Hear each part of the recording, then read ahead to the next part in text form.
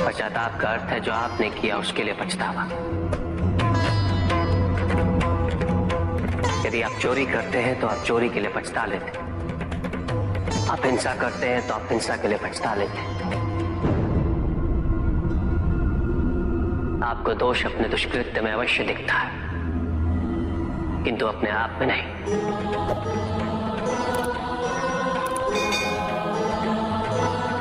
क्योंकि दोष आप अपने से बाहर ढूंढते हैं, उसके कारण अपने से पृथक करके देखना चाहते हैं।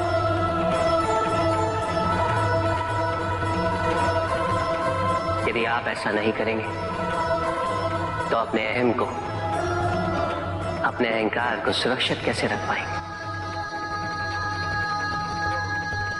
और इसके लिए सबसे सरल माध्यम बन जाता है पश्चाताप।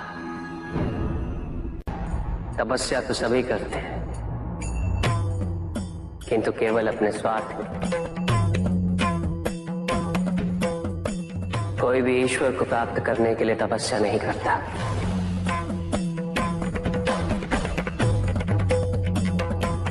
कोई भी तपस्या इसलिए नहीं करता कि उसकी भक्ति उसके आराध्य तक पहुंच जाए। मृत्यु चाहते हो, मुक्ति चाहते, किंतु मृत्यु से मुक्ति प्राप्त नहीं होती। ना ही मृत्यु जीवन का अंत होती।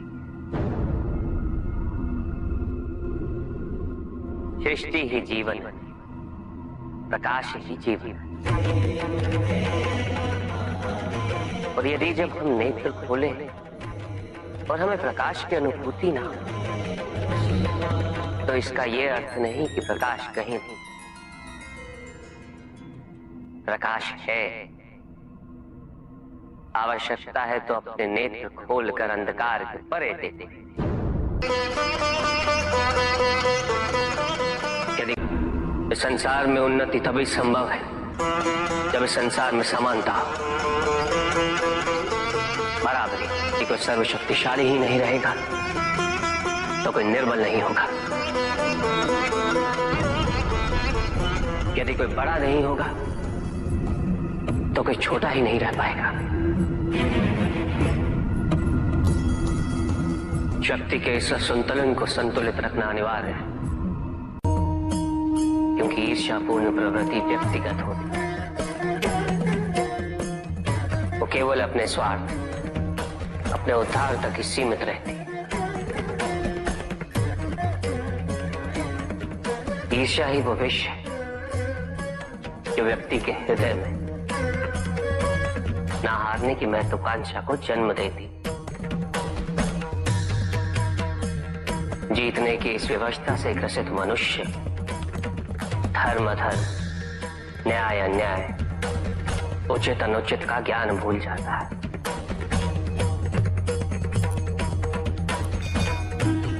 संवेदना, करुणा भूल जाता है। उसे स्मरण रहता है तो केवल जीतना, भले ही वो छल कपट के माध्यम से ही क्यों ना हो। एक असुर था, एग्रिप। एक दिन वो ब्रह्मलोक गया।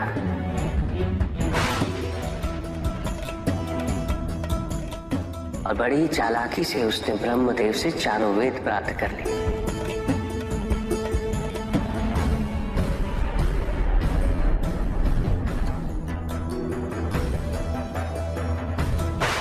और जाके समुद्र में छुप गया, क्योंकि सारा ज्ञान वेदों में निहित है। इसीलिए संसार से सारा ज्ञान चला गया। जब अज्ञानता का अंधकार फैलता है तो अधर्म बढ़ने लगता है। भगवान विष्णु सब देख रहे थे। उन्हें ज्ञात था कि शीघ्र पृथ्वी लोक पर प्रलय आने वाला है। एग्रिप के साथ चारों वेद भी लुप्त होने का भय था। ब्रह्मदेव सृजन करता है। वेदों के अभाव में पुनर्जन्म की प्रक्रिया को पुनर्स्थापित करना अत्यंत कठिन। इसीलिए हयग्रीव से उन वेदों को पुनः प्राप्त करना अनिवार्य था। तो भगवान विष्णु ने क्या किया? भगवान विष्णु ने एक मत्स्य रूप धारण किया।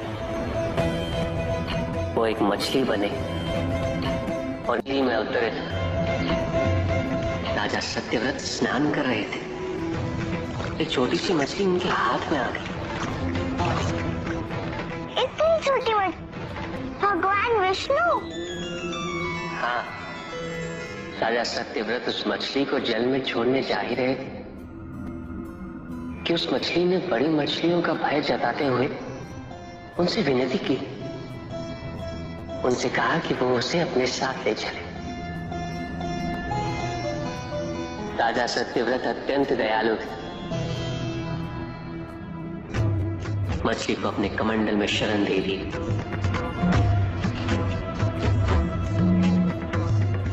और अपने महल में ले गए। किंतु रात भर में मछली इतनी बड़ी हो गई कि कमंडल में रह पाना उसके लिए संभव ही नहीं था। और उसका बड़ा आकार देखने के पश्चात राजा सत्यव्रत ने उसे कमंडल में से निकालकर एक मटके में डाल दिया। मटके में डालने के पश्चात उसका आकार पुनः बड़ा हो गया। तो राजा सत्यव्रत ने उसे मटके में से निकालकर एक सरोवर में रख दिया।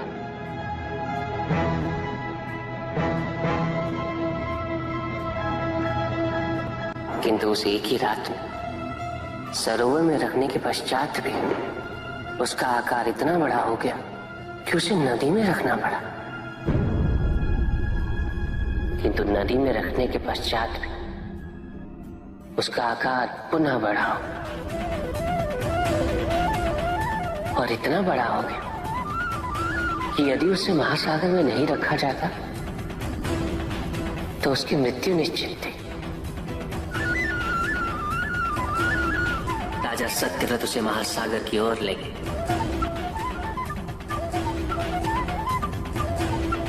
क्योंकि राजा सत्यव्रत तपस्वी थे, ज्ञानी थे, उन्हें आभास हुआ कि ये कोई साधारण मछली नहीं, ये स्वयं साक्षात भगवान विष्णु ही है। भगवान विष्णु राजा सत्यव्रत की उदारता से अत्यंत प्रसन्न थे। इसीलिए उन्होंने राजा सत्यव्रत को मत्स्य रूप धारण करने का कारण बताया।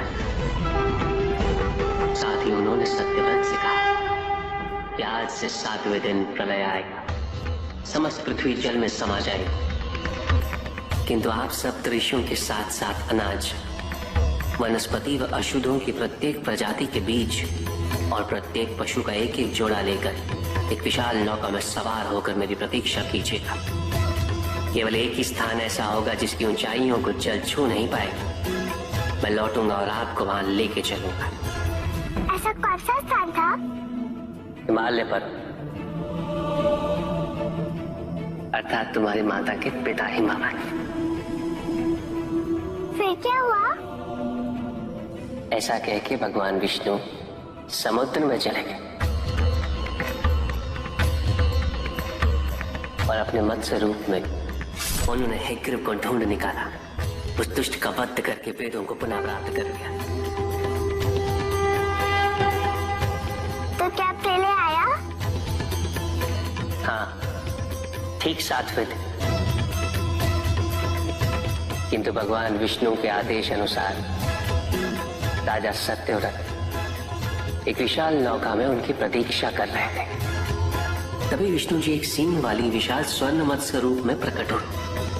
नौका को मत्स्य से बांधते हेतु सर्पराज वासुकी का प्रयोग किया गया और विष्णु जी ने अपने वचन अनुसार उन सबको हिमालय तक सुरक्षित पहुंचाया, ताकि प्रलय के पश्चात वेदों के आधार पर संसार पुनः बसाया जा सके।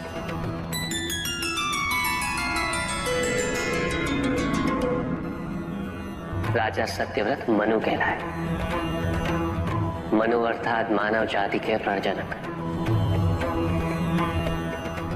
इसी प्रकार भगवान विष्णु ने न केवल वेदों को पुनः प्राप्त कर अपितु समस्त संसार का कल्याण भी।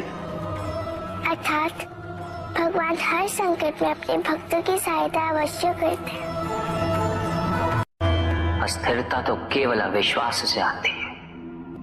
स्थिरता के लिए विश्वास अनिवार्य है। विश्वास और शांति की निरंतरता बनाए रखना कैसे संभव है? इस नकारात्मकता का प्रसार हम कैसे रोकें प्रभु? केवल इस जागरूकता से कि सब कुछ अहम से संबद्ध नहीं। जब भी किसी व्यक्ति के कार्य में अहम भाव प्रबल हो तो अहंकार व्यक्ति जैसा भी हो उसे अस्तित्व केवल वैसा ही प्राप्त होता है। व्यक्ति यदि अपने कर्मों के लिए अपने को उत्तरदायी समझे तो वो स्वतंत्र था। जब तक व्यक्ति किसी और को उत्तरदायी समझेगा तब तक वो निर्भर रहेगा। व्यक्ति यदि ये सोचे कि उसके दुख का कारण कोई और है तो सुखी कैसे रह पाएगा? यह असंभव है, क्योंकि दूसरों को परिवर्तित करना उसके वश में नहीं। वो तो केवल अपने आप को परिवर्तित कर सकता है। यही एक स्वतंत्रता है उसके पास।